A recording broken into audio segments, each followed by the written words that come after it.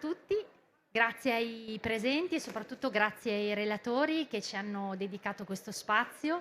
Ci tengo a sottolineare che parliamo anche di nostri galleristi, quindi persone che in questo momento sono qui anche, come dire, soprattutto per incontrare i visitatori. Quindi grazie doppiamente per la vostra disponibilità. Cedo la parola a Rischa Paterlini che farà da moderatrice e da traduttrice e a più tardi, grazie. Grazie. Buongiorno a tutti. Questo talk che ho fortemente voluto include gallerie e artisti che fanno parte del mio progetto che è oltre i confini del Mediterraneo.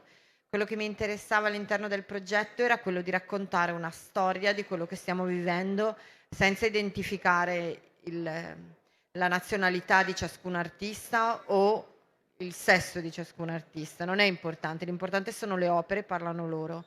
Ho avuto la fortuna di incontrare lo scorso anno sul mio percorso, quando mi ero occupata di Iran, due persone straordinarie che sono qua con noi, che hanno anche una galleria, che sono Roya Khadjavi, che è una donna iraniana straordinaria che vive a New York e che sostiene, e poi ce lo racconterà in modo incredibile, i suoi artisti, un nuovo modo di fare galleria, come un nuovo modo è anche quello di Pierre André Podbieslki, che ha una galleria a Milano.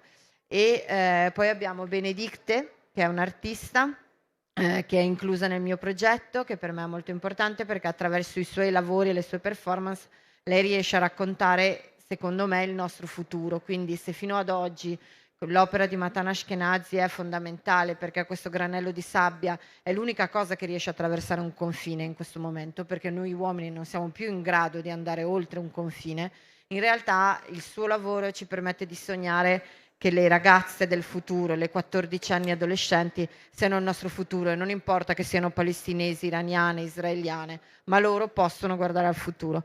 Per cui lascio la parola, il talk è in inglese, a differenza di quanto ha detto Ilaria non viene tradotto perché altrimenti andremmo lunghi, ma sono sicura che sarà molto molto interessante. Lascio la parola a Pierre che introduce le signore.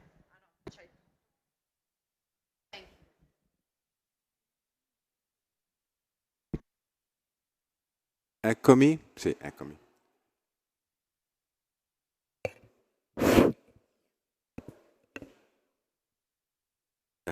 Rischa? Sei tu. Allora, premetto in italiano, poi passo in inglese. Rischa, veramente tanto canto di cappello, tanta stima, tanto merito, perché in effetti l'anno scorso il focus sull'Iran è stato veramente un salto enorme in avanti nell'immaginario e nella qualità e nella qualifica di Mia. E questa cosa si consolida oggi con Oltre Mediterraneo, di cui facciamo parte, no, è talmente coerente con quello che è stato il nostro percorso, te ne devo dare atto e ti ringrazio. So I was just thanking Risha for letting us be part of this focus on Mediterranean. It was going to be Israel, and then it was going to be Middle East. Now it's Mediterranean, but it allows actually all of us to show so many different realities of Mediterranean and beyond. No, but sincere, and we share this. Yes, absolutely. There's so much more we can say about what's going on in the world today, and I think photography is, of course, one, if not the most important medium, journalism, of course, but also photography, the emotional impact that photography allows to reach the widest audience. I mean, Kessel was reaching a wide audience with a completely different vocabulary. Ours is just to be very honest and to show and to tell through our artists what's going on in the world today. So I'll just have a few words. Am I speaking too fast? No?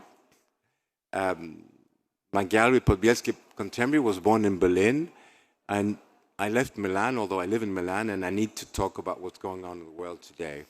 Milan at the time, 13 years ago, Berlusconi was a very tight environment and a very frustrating environment. So I had the courage and the intuition that Berlin would allow me to be more expressive and to choose more international, interesting, global artists. And the theme of my gallery when I started was Moving Worlds.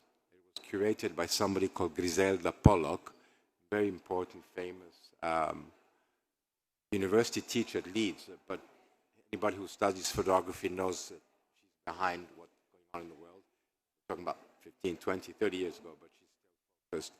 And Moving Worlds was including artists from Serbia, from Israel, from Iran, and many more. But it gave me a direction. And I think today, after 13 years, that's what distinguishes a bit my program.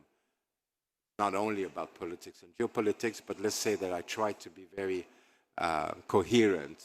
And I think in the booth we have today here, it says a lot about Middle East, and not only, but as Rischa said, it's not only about countries and identity, it's just giving more of an international human approach as to what's going on. Share with Roya. Roya is focused on Iranian artists. I had a show last year with only Iranian artists. I was very proud to be able to do that. It was a tribute to Iranian women and what they stand for and what they still heroically are trying to achieve. We have today the Palestinian issue and the Israel issue. Unfortunately, it's an ongoing theme. There's reportage, and then there's what we do, artistic photography involving artists that talk about the reality of today. I'm just going to enlarge a bit who we are and what we do in an international focus. Closer. Bring it closer. So should I come closer? I'm sorry. Thanks for saying. No, I just want to say that, we're here in a very commercial entity. It's a fair. We're here to sell. And of course, we're very anxious. There's so many of us, so many different languages. But I think it's important that people should know and be aware that we're kind of philanthropists. We sustain and we support our artists. We occasionally, not always, but we do participate in production. We put our face and their faces in international institutions. It involves a lot of homework, a lot of discipline, a lot of anxiety, a lot of teamwork with our artists. And when you see the result, it's cool and wow, lots of people come and drink champagne. But behind the scenes, and she's the artist, so she will tell us from her perspective, I think we need to be acknowledged with a lot of respect for what we're doing. Of course, there's the fair, there's the organization, there are the institutions, sometimes there are sponsors, but we are very much in our own little league, bringing visibility to the of world artists here in Milan, but then it's going to be Amsterdam, it's going to be London, it's going to be Paris. It takes a lot of effort, a lot of conviction, a lot of motivation to do what we do. I'm looking at you, comes from Slovenia. Slovenia is not in the center of Europe, but it's a very meaningful artistic community. Silvio Wolf here is a friend, an artist. He teaches in New York. So basically what I'm trying to say is that some start locally, but at the end of the day, we all have to have an international visibility. And Mia Fair this year, but already last year, but mostly this year, is aiming to achieve this international visibility and recognition. So I think we're going to take turns. This was a preamble. I have lived in the United States for almost 46 years now, since the revolution in Iran. I left as a young girl, and for 30 years I didn't return to Iran because of the political situation of my family and what had been done to my family and our properties in Iran. We never went back. So one very memorable August day, I went back after 30 years to Iran, and I rediscovered my country as an adult. And that's how I started really digging into the art scene and the galleries and visiting studios of artists because of my personal interest, because I was a patron of the arts in New York and a collector myself. And when I saw that in, what a thriving art scene there is in Iran and so much talent these young Iranian artists have, and how they communicate their dilemmas, their disturbed situations through very many languages of metaphors and symbolism in order not to be caught, not to be treated poorly, not to be jailed. I decided that, you know, there was so much talent there that I, as a person, am going to go back and create a company and basically spend my time promoting and supporting these young artists who have not had a chance to be really heard, and they are very underrepresented in the West, especially in the United States, because of the 40 years of sanctions that had been imposed on Iran because of this regime. So I became their voice, and I became their representative outside. And because I worked with young artists, I would like meet them, you know, some of them right out of graduate school. So they were all in their like mid to late 20s. And for the past 10 years, I've been working with them. Working with young artists is extremely rewarding because you're there from the beginning. And, you know, when they're totally unknown, especially in the West, you basically pick them up and showcase their work and write about them and connect them with press and, you know, do exhibitions and invite journalists to get to know them. This is all very rewarding and exciting, even though many of the artists who lived in Iran could not travel to their exhibitions that I prepared for them in the United States because of visa issues and all that stuff. But we were even able to do maybe like, you know, some kind of Zoom meetings during the exhibition so that they could take part of it. And then I realized that it was not just the Iranian artists in Iran that needed a lot of support, but also a lot of artists that had left Iran, who lived in Europe, lived in America and elsewhere, Turkey. They needed even more support because they were away from the world that they knew. They were lonely, they had left their families, and they just needed more support in a different way, not just a support to showcase their work and promote them, but also for me to take care of them a little bit, you know. So I became sort of like the mentors, and I created a community for these artists in New York so that they all know each other and they communicate with each other. They have become friends. They help one another, whereas before they kind of knew of each other, but they didn't want to approach one another because one was already represented by a gallery, another one wasn't, one was selling, the other one wasn't. So there was a lot of like maybe competition, which through Roya Khadjavi projects, we have been able to sort of eliminate that and create a feeling of esprit de corps and collaboration and cooperation.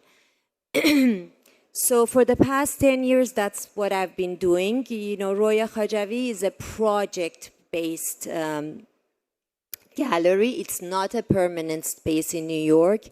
I do exhibitions about 5 times a year in New York in a space in Chelsea on 27th Street.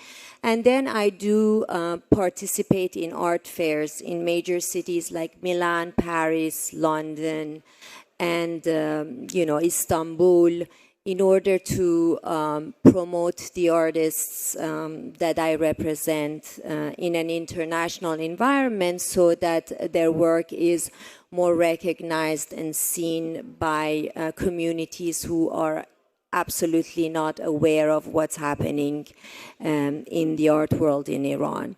So as a gallery, I'm not a typical gallery. I am more, my work is more like a foundation and a non-profit, but in the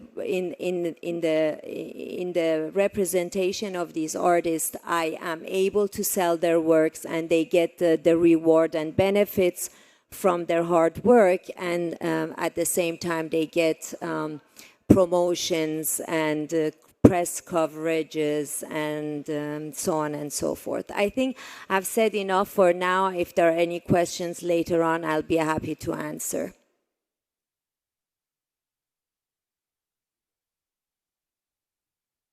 Hello. Okay, so I'm an artist and I'm not in a gallery anymore. So I'm very glad to hear you explaining your work, because it's fundamental for an artist to be seen and to be cared and to be understood. But I do almost everything by myself. I have a studio manager who helps me sometimes. So as an artist, yeah, as you said, it's not just champagne and vernissage. It's a lot of work. And who's an artist here? Who is an artist? One? Okay. 1.5? 2.5? 3? 4? Florence, Silvio. Okay, so yeah, so we have great curators as Rischa, who invited me as a curator eye of the fair across the Mediterranean, and I'm glad to be here. And thanks to curators and gallerists, of course, artists can show their work. So maybe I will show some pictures you can see in the fair, but maybe it's better. I'm an artist, so I'm not a good talker. It's better to show images, and if you have any question, I'm glad to answer. Okay?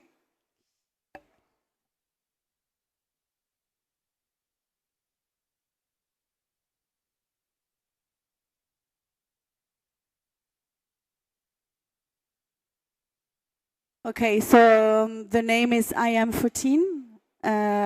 So that's why Rischa invited me. It's an old project, I would say. I started in 2011, 12, 13, 14. So it's a big project with a film, images and quotes, and yeah, that's a major project for me. You're just gonna see only the pictures. So it started when Facebook came in 2011. I had my little sister, Valentine, from Brussels, and I'm much older than her, so I saw her at home, and I saw another identity on Facebook. And I saw 2 different images, and I said, oh my God, something is happening now. In 2011, huh? Nowadays it's normal. And I say, how come I don't recognize her at home and on Facebook? And then I started to follow, because I have a documentary approach, I would say. I started to follow her best friends all the time, and for 2 months. And then I realized they were the new photographers, that I wasn't a photographer anymore. It didn't exist anymore. As Eric Kessel said, all the girls, 13, 14, 15, 16, they know how to handle a camera, they know the lights, they know how to behave. So I started to study the behaviors, and I restaged them. Okay, so I have many photographs. And I started to make films because my little sister wanted to commit suicide in a moment. She wanted to die. So there was a big gap between what she was showing on Facebook and what she was doing. So, of course, here it's only very colorful pictures. I use the advertisement aspects. But when you hear the films and the sound, you can hear that it's a big gap between what she shows and what she feels. It's in his bathroom. And then I said, okay, so Belgium, I'm from Belgium, colonized Congo. Do Congolese have Facebook?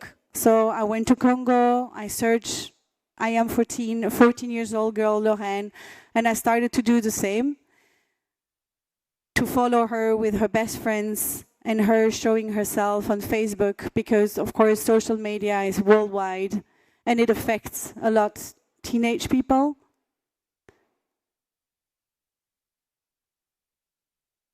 Of course, as you remark, it's always face-to-face camera, and it's a bit, I'm looking at the camera and this is my life. This is completely fake, and this is completely true.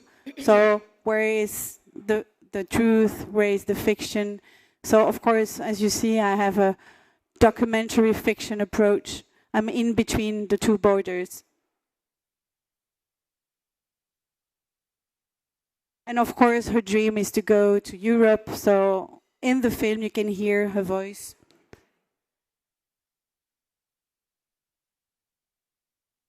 And then I said, okay, so I should go maybe to a conflict zone. There are many conflict zones today on Earth, but I chose Palestine. And I went to a refugee camp to meet girls, and I met Rua. And I'm still in contact with her and her family. They're doing well.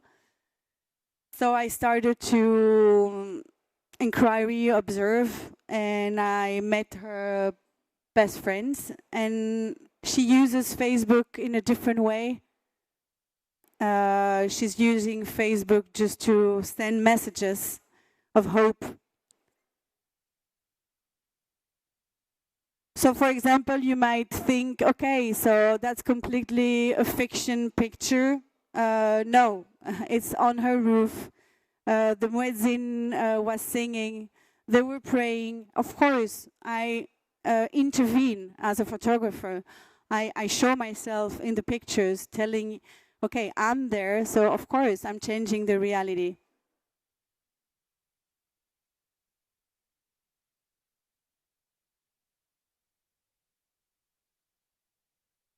So as you said, Rischa, this project went in 35 different countries. Of course, it went into Israel, in Tel Aviv, in Jerusalem, West and East, in Ramallah, Hebron, and all the cities of Palestine and Israel. So my work focuses on Palestine side, but of course, art is just to join, as you did, Rischa, very well, to join all the borders. Okay, so it's not a focusing on a.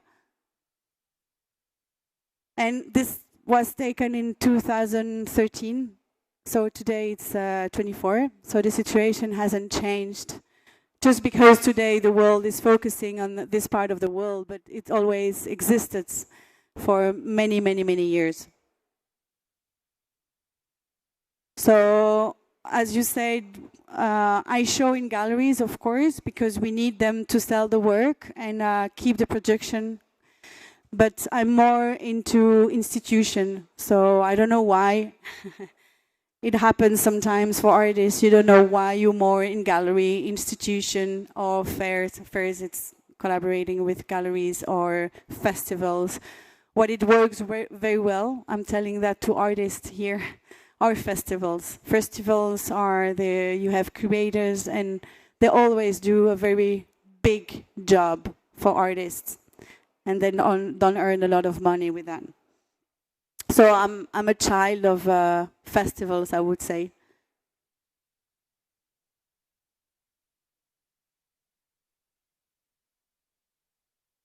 So quickly, maybe I can pass the mic, and I will go on with two little other projects.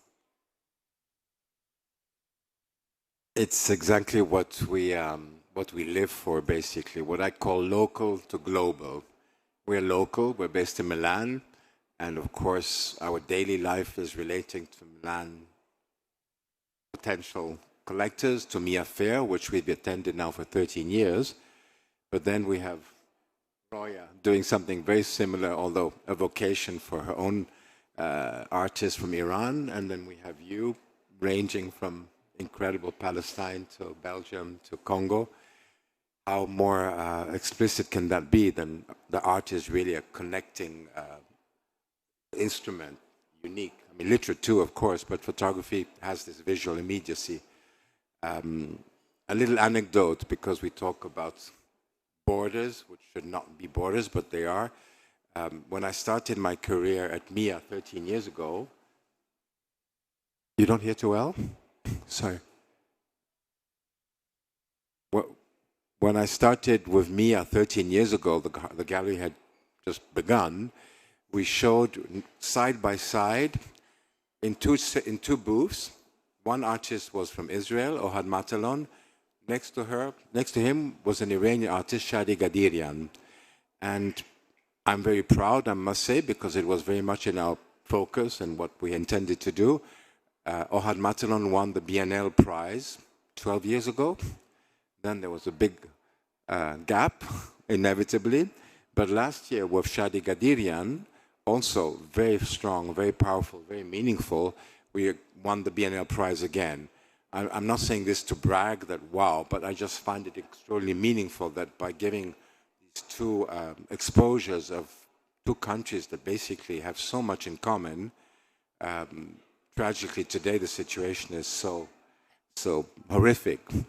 But I think I take pride in just saying that by connecting different languages, different worlds, different ethnic, different approaches, at the end of the day, we're talking about art, and that's what we are transferring through you, through the artist, of course, to this community.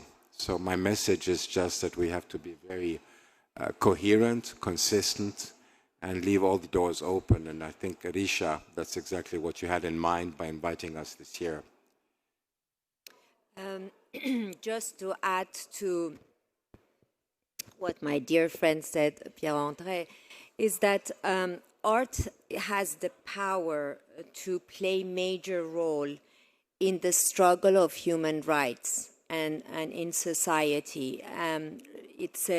The power of art is the soft power to change things, as opposed to what's happening in the world today with so much conflict everywhere. I mean, I feel really, really concerned and upset about the youth everywhere in the world that have to deal with so much conflict these days.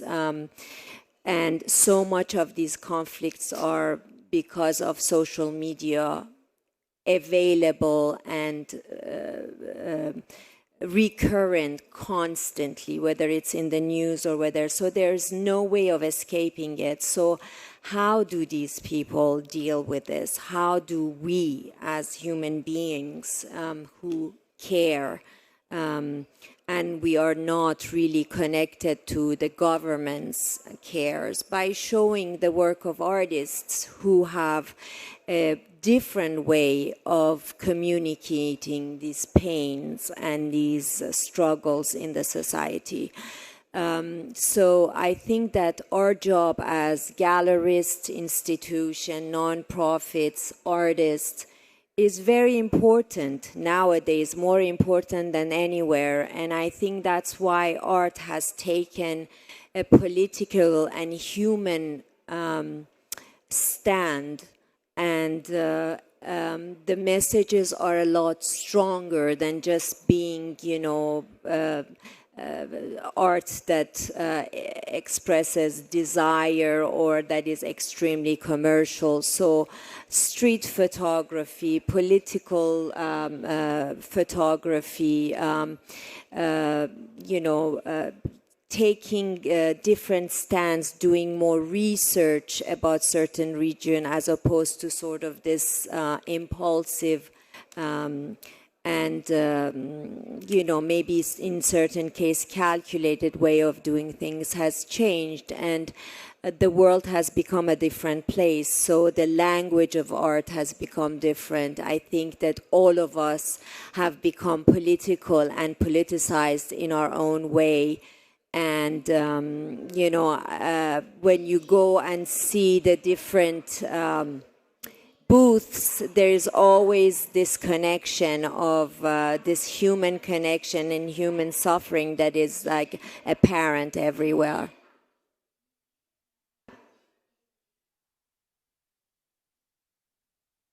Okay. Do you have any questions? Yes. Yes.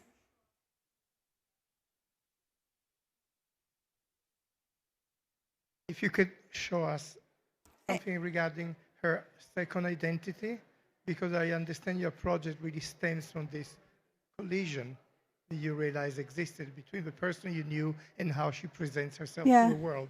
And the other question, which I don't know how to formulate, is what did you learn in your relationship with these women of different generations in time?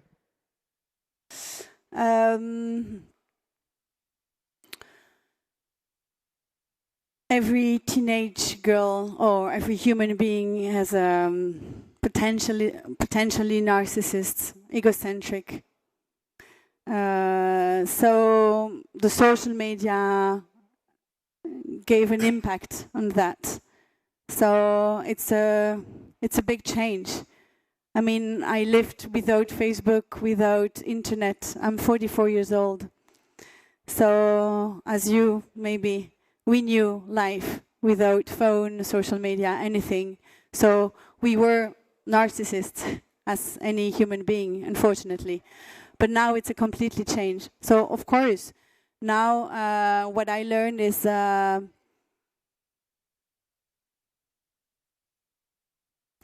maybe if I can join Eric Kessel. I'm still doing photography. I will never abandon photography. But it's more the story behind the project now, which is interesting, not the photograph in itself.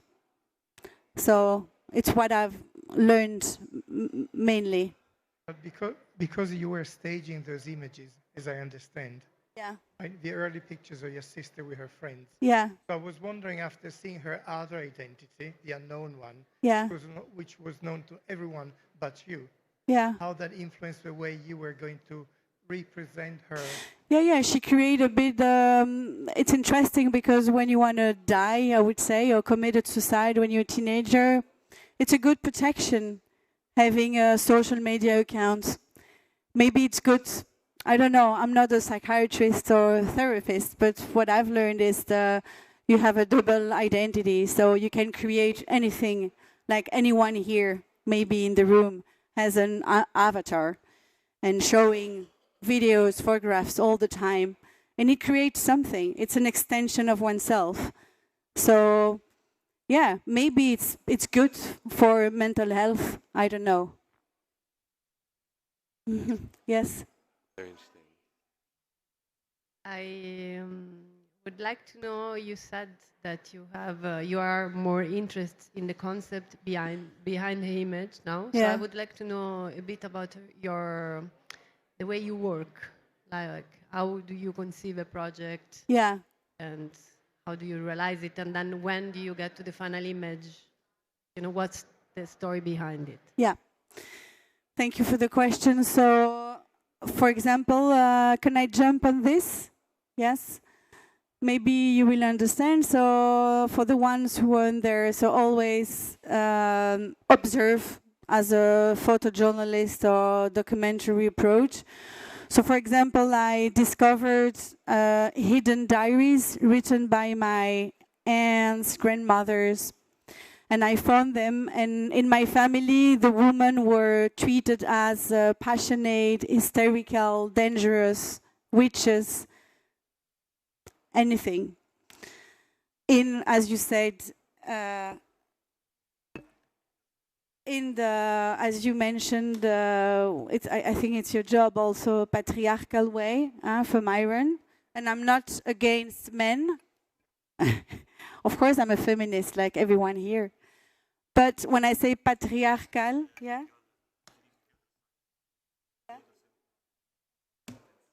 Okay. It's just a system, patriarchy, okay? So that was my main focus. So I came back to a little town south of Belgium, and I asked all my family to be part of my new project, which is I never told anyone. So for example, this is my grandmother.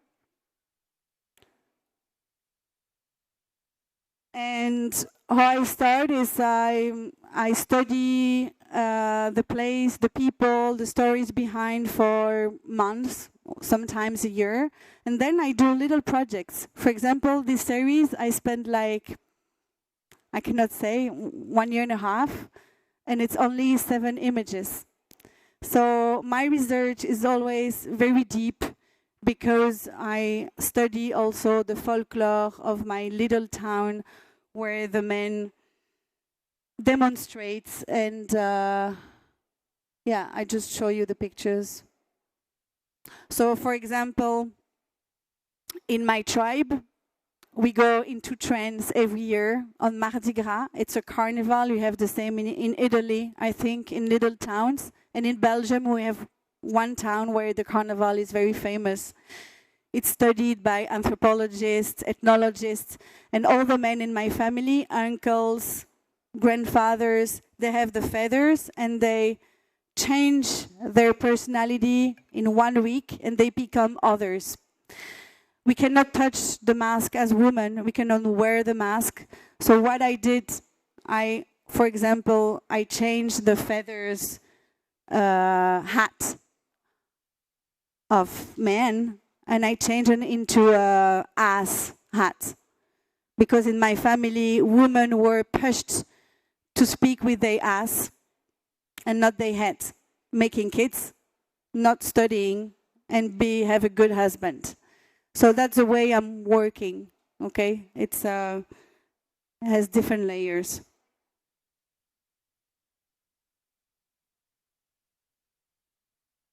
That's my cousin, for example. I ask a master in bondage to hang up my cousin, and it explained personal story, but more about the bankrupt of all the textile fabrics in Northern Europe collapsed, and the poverty now we found south of Belgium. And this is all the men from my family. So I disguise them, and I put my cousin naked in front of them to accelerate humiliation and how the women were treated in my family. And you can see that in the folklore and in the personal stories.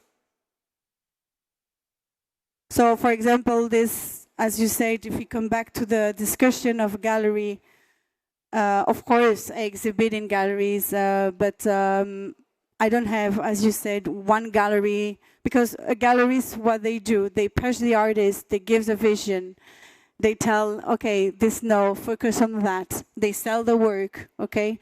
So for example, I didn't have any gallery. I won the first prize in Tokyo, in Japan, and it opened the door to other works, other festivals, and after gallery comes.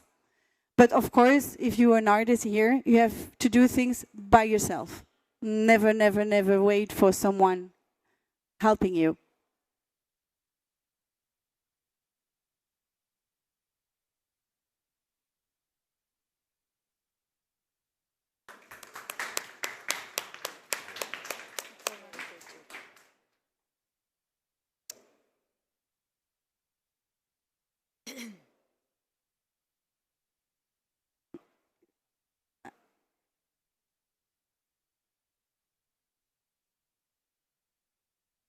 Rischa?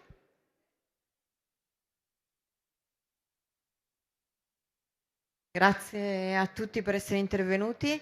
Thank you, Roja. Thank you. Benedicte. Grazie Pierre. Credo che sia un momento molto importante perché abbiamo visto un modo diverso di fare, diciamo così, il gallerista, no? Il gallerista in senso stretto è un po' quello che volevamo raccontare, progetti ambiziosi, artisti che non hanno una galleria ma che stanno facendo un'importante ricerca. Quindi vi ringrazio di essere stati tutti qui con noi e vi aspettiamo nella nostra sezione. Grazie.